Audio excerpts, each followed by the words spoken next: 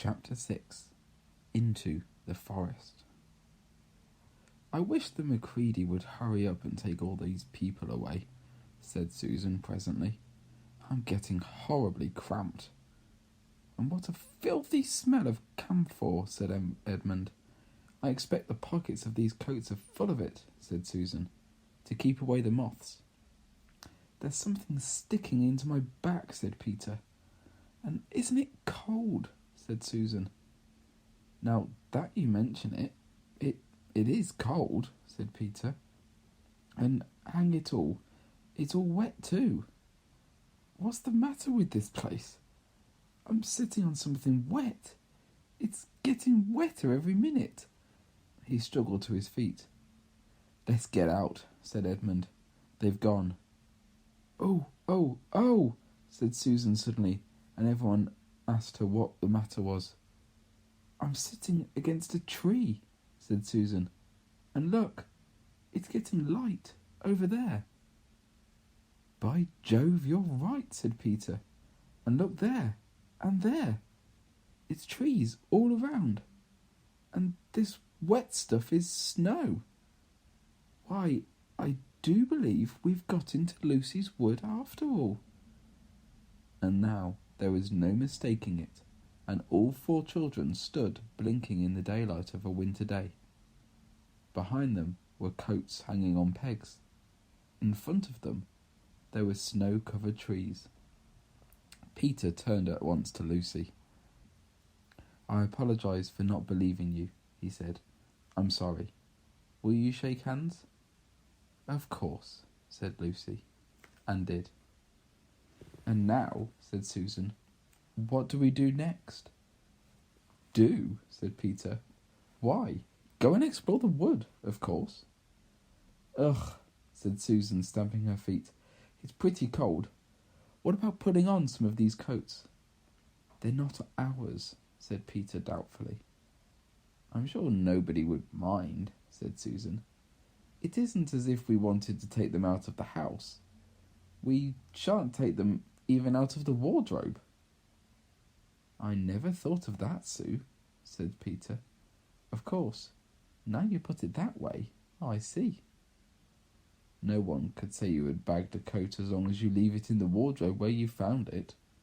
And I suppose this whole country is in the wardrobe." They immediately carried out Susan's very sensible plan.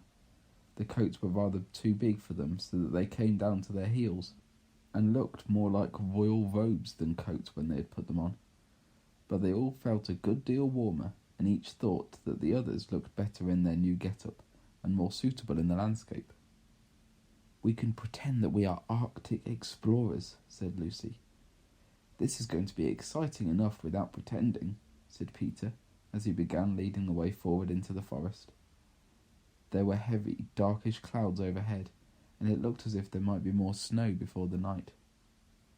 "I say," began Edmund presently, "oughtn't we be bearing a bit more to the left?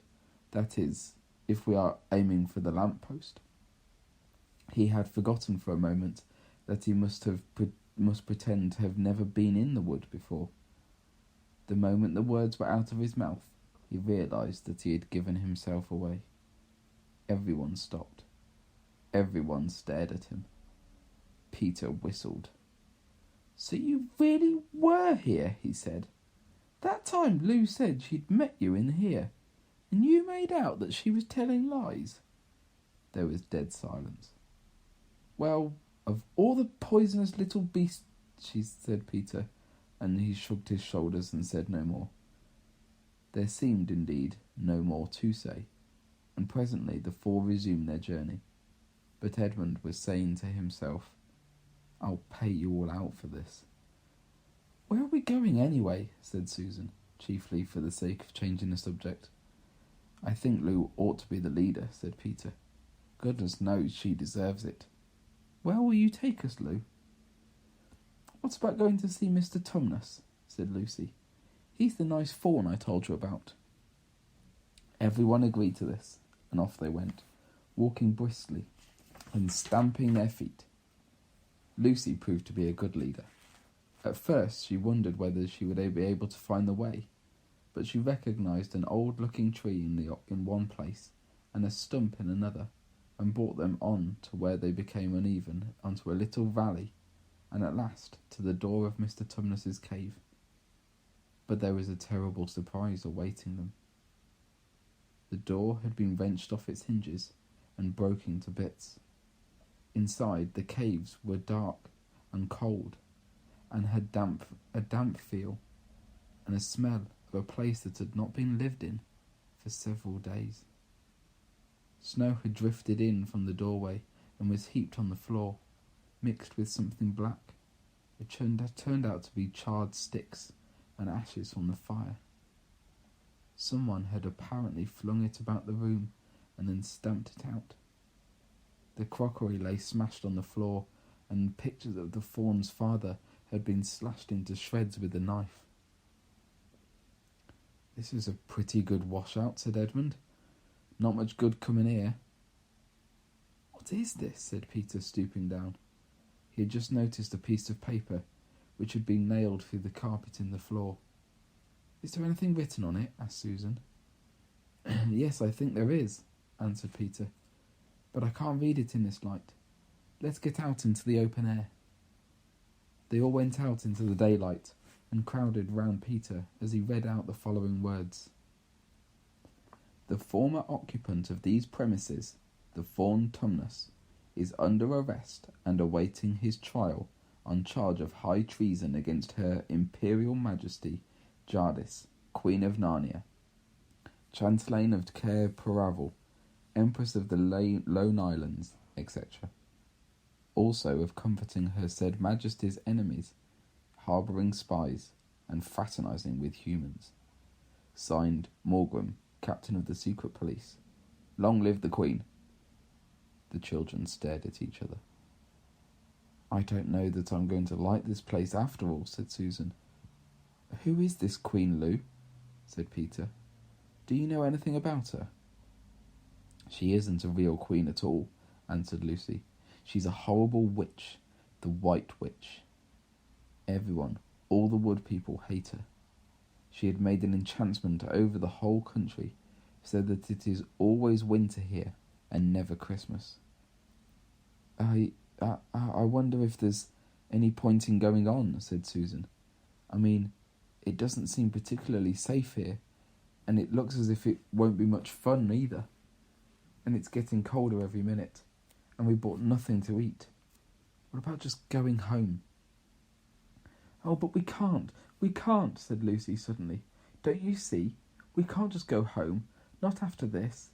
It is all on my account that the poor fawn has got into trouble. He hid me from the witch and showed me the way back. That's what it means by comforting the Queen's enemies and fraternising with humans. We simply must try and rescue him." "A lot we could do," said Edmund. "We haven't even got anything to eat." "Shut up, you," said Peter, who was still very angry with Edmund. "What do you think, Susan?" "I've a horrid feeling that Lou is right," said Susan. "I don't want to go a step further, and I wish we'd never come. But I think we must try to do something for Mr. whatever his name is. The fawn." "That's what I feel too," said Peter. "I'm worried about having no food with us. I'd vote for going back and getting something from the larder, only there doesn't seem to be any certainty of getting into this country again once we've got out of it. I think we'll have to go on." "So do I," said both girls. "If only we knew where the poor chap was imprisoned," said Peter. They were all still wondering what to do next when Lucy said, "Look, there's a robin with such a red breast. It's the first bird I've seen here.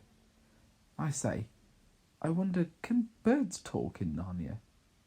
It almost looks as if it wanted to say something to us." Then she turned to the robin and said, "Please, can you tell us where Mr. Tumnus the fawn has been taken to?" As she said this, she took a step forwards towards the bird. It at once flew away, but only as far as the next tree. There it perched and looked at them, very hard, as if it was trying to understand all they'd been saying. Almost without noticing that they had done so, the four children went a step or two nearer. At this, the robin flew away again to the next tree, and once more looked at them very hard. You couldn't have found a robin with a redder chest or brighter eye. Do you know, said Lucy, I really believe he means us to follow him. I've an idea he does, said Susan. What do you think, Peter? Well, we might as well try it, answered Peter. The robin appeared to understand the matter thoroughly. It kept going from tree to tree, always a few yards ahead of them, but always so near that they could easily follow it. In this way it led them on, slightly downhill. Wherever the robin alighted, a little shower of snow would fall off the branch. Presently the clouds parted overhead, and the winter sun came out, and all the snow around them grew dazzlingly bright. They had been travelling in this way for about half an hour, with the two girls in front, when Edmund said to Peter, If you're not still too high and mighty to talk to me, I have something to say which you'd better listen to. What is it? Asked Peter. Hush, not so loud, said Edmund. There's no good frightening the girls. But have you realised what we're doing? What? Said Peter, lowering his voice to a whisper. We're following a guide we know nothing about. How do we know which side the bird is on? Why shouldn't it be leading us into a trap? That's a nasty idea. Still, a robin, you know? They're good birds in all the stories I've ever read. I'm sure a robin wouldn't be on the wrong side. If it comes to that, which is the right side? How do we know that the fawns are in the right and the queen, yes, I know we've been told she's a witch, is in the wrong? We don't really know anything about either. The fawn saved Lucy. Yes, he said that. But how do we know? And there's another thing too. Has anyone the least idea of the way home from here? Great Scott, said Peter. I hadn't thought of that. And no chance of dinner either, said Edmund.